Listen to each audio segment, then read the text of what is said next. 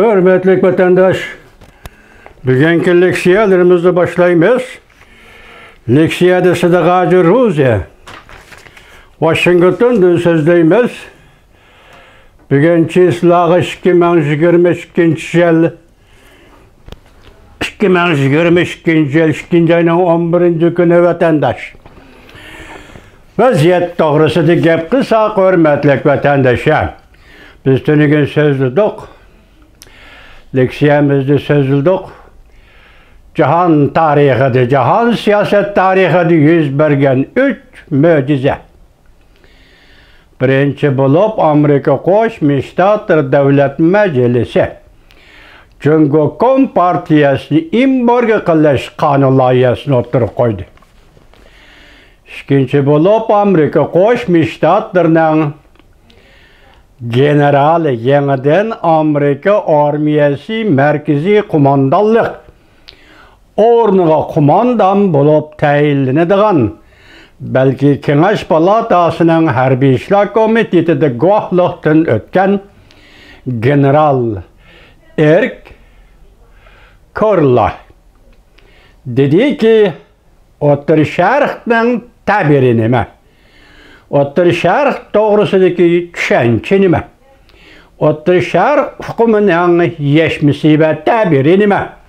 Bugungi O'rta Sharqqa Amerika Qo'shma Shtatlarining tilidagi yoki harbiy odam general Erk Korla apandi, general Erk qo'mondonning og'zidan chiqqan so'z, ya'ni Amerika markaziy harbiy ishlar mas'uliyat tavaligidagi O'rta Sharq. Buning ichida boshqalarni qo'yib turaylik. Qozog'iston O'rta Sharqqa tava bo'l. Turkmaniston O'rta Sharqqa tava bo'l. Qirg'iziston O'rta Sharqqa tava bo'l. O'zbekiston O'rta Sharqqa tava bo'l. Tojikiston O'rta Sharqqa tava bo'l. Buning ichida O'zbekistondan boshqa 4 yoki 3 jumhuriyat bu mustamlika Uyg'uriston bilan bevosita chegaradosh.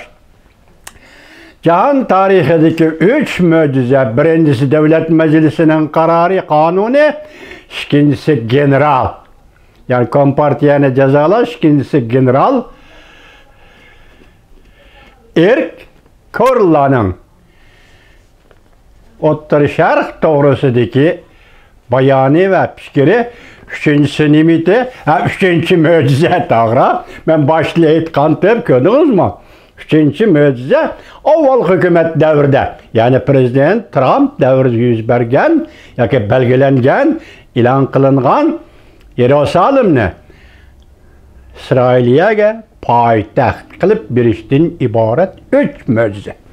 Jahonning yaqinqi zamon siyosat tarixidagi 3 möcize. Vatandaşlar, 3 möcize. Ama bunun içinde sizge, bizge bevosita münasebetlik möcize Davlat Majlisining imborga qilish qonun loyihasi. Kimni? Cumhuriyet Kompartiyasi a'zolarini, xalq vakillarining qurultayi a'zolarini. Shundaqla bu qonun loyihaning o'ttirib qo'yilgan vaqtiga zang salang, hurmatli vatandosh. Bugün 2. ayı 11, yani 10 kunlardan keyin Cumhuriyetning yoki Cumhur Xalq Cumhuriyatining ikki qurultayi, siyosiy kengash qurultayi, xalq vakillar qurultayi 3. ayning 1. kunidan boshlab Beijingga chaqiriladi, hurmatli vatandosh. Dal shundoq paytda Amerika Davlat Majlisida Cumhuriyet Kompartiyasini imborga qilish to'g'risida qonun loyihaning o'tirib qo'yilishi, buni Chimpokong dediki, olamshamol mo'jiza, insoniyat tarixida ko'rilib boqmagan qaror. Jiang Xinje dediki, olamshamol mo'jiza, intayin g'oyat zo'r qudratli kuchli qonun loyihasi. Endi yana birisi dediki, bu qonun loyihasi sal kechikib qoldi dedi. Shundaqla biz yuqorida aytdik 3 mo'jiza. Amerika'nın tashqi siyosati ve ichki siyosatiga o'xshashli munosabatli holda o'ttirg'i chiqdi.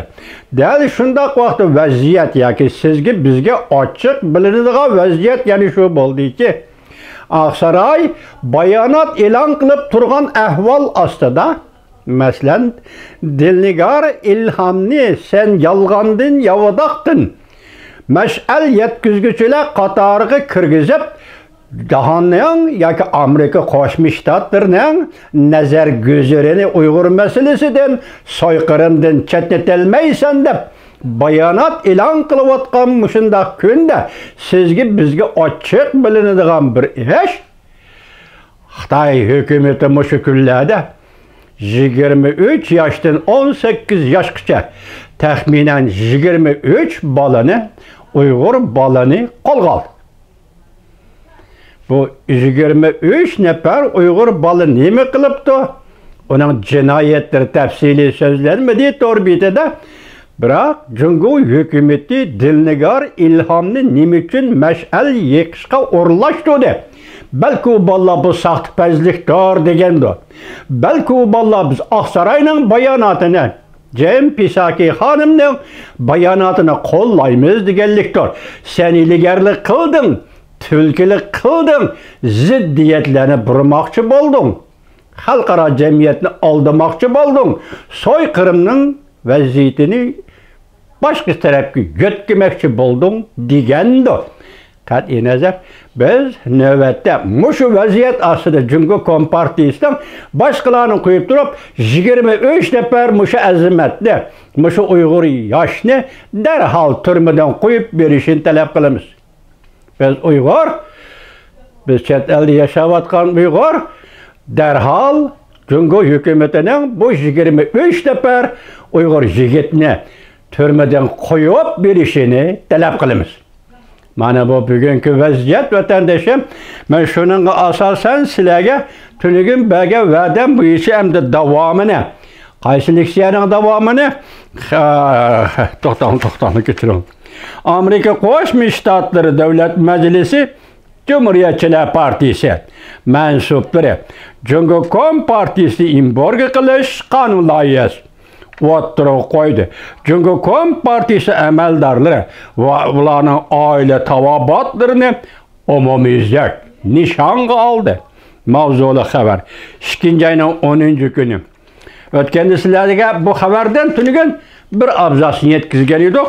Bugun davomini yetkazamiz. Davomi yetkazishdan avval yana bir xabar. Xalqaro Emgakchilar Tashkiloti Jungo hukumatining Uyg'urlarning ishga urilishini kamsitish qoida nizomlarini bekor qilishini chaqiriq qildi. Amerika Qo'shma Shtatlari bu chaqiriqni qo'llaydiganligini bildirdi. Mavzuli xabarni anlatamiz. Ma bir endi qo'shimcha vaziyat to'g'risidagi leksiya bo'lib qolsa, hozir so'zligini ana 2-qadamli leksiyaning o'ziga ko'chimiz vatandoshlar.